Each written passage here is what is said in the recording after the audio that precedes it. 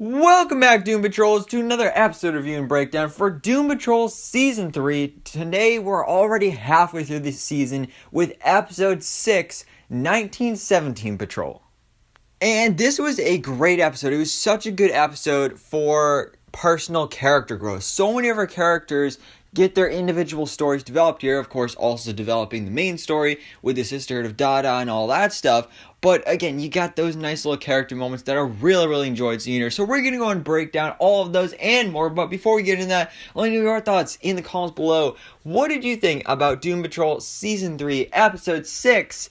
And, of course, also spoiler warning if you've not seen the episode yet, because in case it wasn't obvious, we are talking spoilers. And without further ado, let's go ahead and jump into breaking down this brand new episode of Doom Patrol Season 3. So the episode opens up following after a cliffhanger of last week's episode, where now Rita has stolen Madame Rouge's time machine and is now traveling through time. So she starts off this episode, she's just traveling through the time, and then you have this narrator who is speaking. And at first I was super confused. I was like, who was saying that? Whether it was the time machine or just like, I wasn't completely sure what's going on.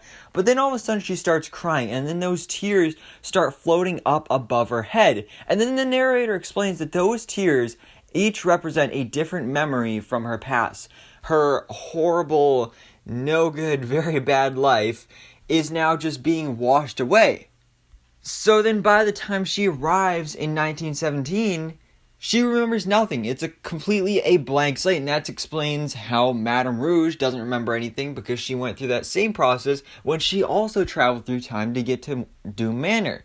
So I thought this was really awesome, and at the same time it's like not cool because it like erases everything from her past, but at the same time it opens her up because all of those things were holding her back. You see in this episode that she's now much more in control of her powers because of this, because she has more energy and more space to focus on using these powers and doesn't have to always worry about all those horrible memories with her mother and her acting career and the accident and all that stuff.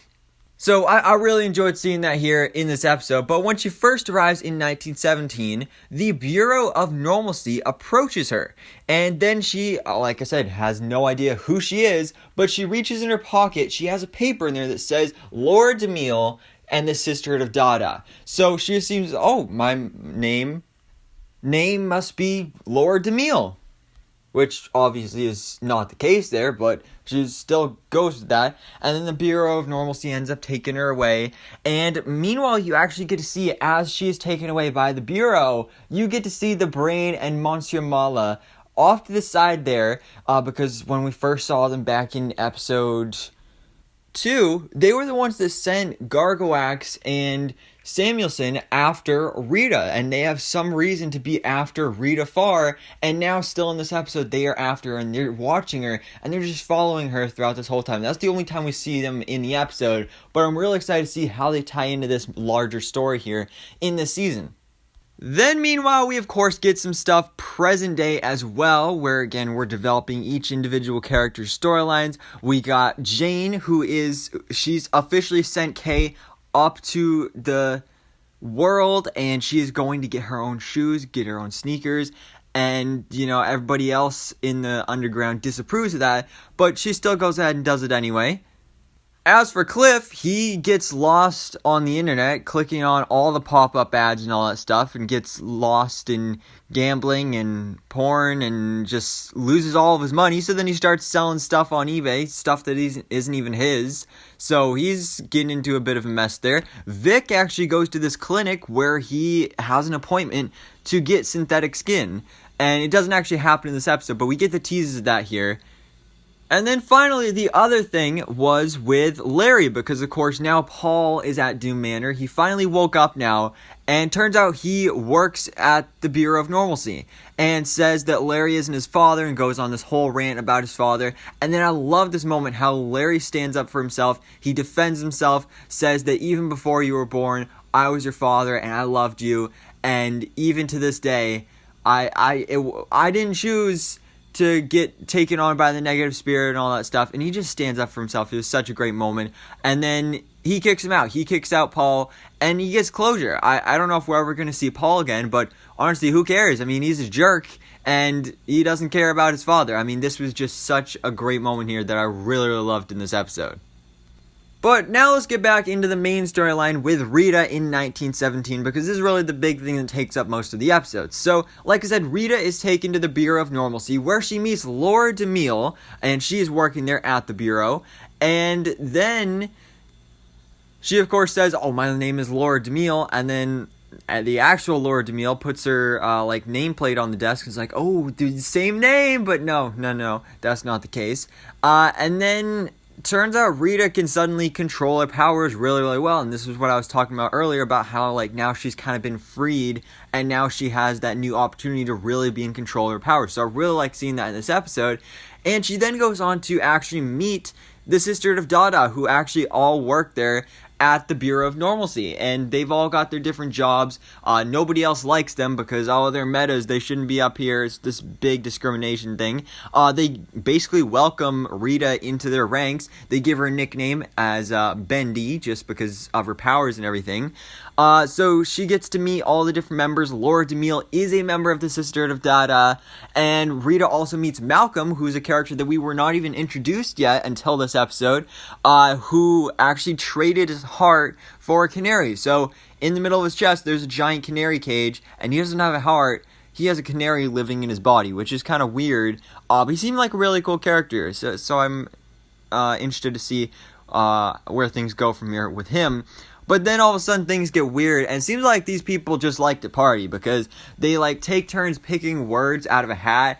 And first I think it was chocolate, and then I think the second one was mountain, and then they just start like pronouncing it in weird ways and dancing around, and they were recording it, and it was just really weird. But I mean, it's Doom Patrol, it's the Sister of Dada, what do you expect? And yeah, so they just have a crazy good time until towards the end of the episode, where, again, they're all being ridiculed by the rest of the people that are working at the Bureau of Normalcy, the people that don't have metahuman superpowers. So they get called in by the guard, who turns out it's actually Laura DeMille in disguise, and she says, "Alright, I'm gonna help you get out of here." And then that's all we see from them in this episode, except for one ending scene with Rita and Malcolm, where it seems like we may even also be getting a little bit of a spark of a romance here, which honestly I would not mind seeing, where like he gave her the paperclip and it was like shaped as a heart, and she was like, "Oh, I know the perfect place to put this." She opens up his birdcage, puts it in there. Oh, now he does have a heart. So that was a really cool moment. But that's it for 1917, so I assume we're going to be catching back up with them in next week's episode. But the final scene of Doom Patrol Season 3, Episode 6, is in present day with the present day Laura DeMille, and she says something about like why the sister, their plan isn't gonna have to do with me or something like that, and all of a sudden you hear this voice that says like, yes it does, and basically confirming that like they completely hate Laura DeMille. So that's something I'm really excited to see in the 1917 stuff, is what made Laura kind of separate from them, what happened to that, also what happened to Malcolm, why is he not their present day, did he die, did he leave them?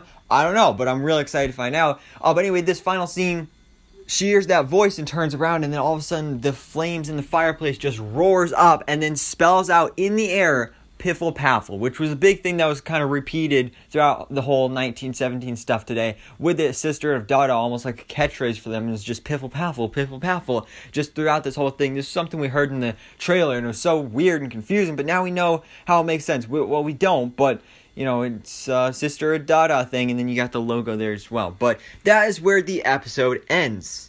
And guys, like I said, another really great episode of Doom Patrol Season 3. I really love what they're doing with the Sisterhood of Dada. Of course, this changed version from the comics where it was the Brotherhood of Dada, now it's the Sisterhood. And I really like these characters because I didn't really know much about them from the comics, so I'm learning so much more about them now.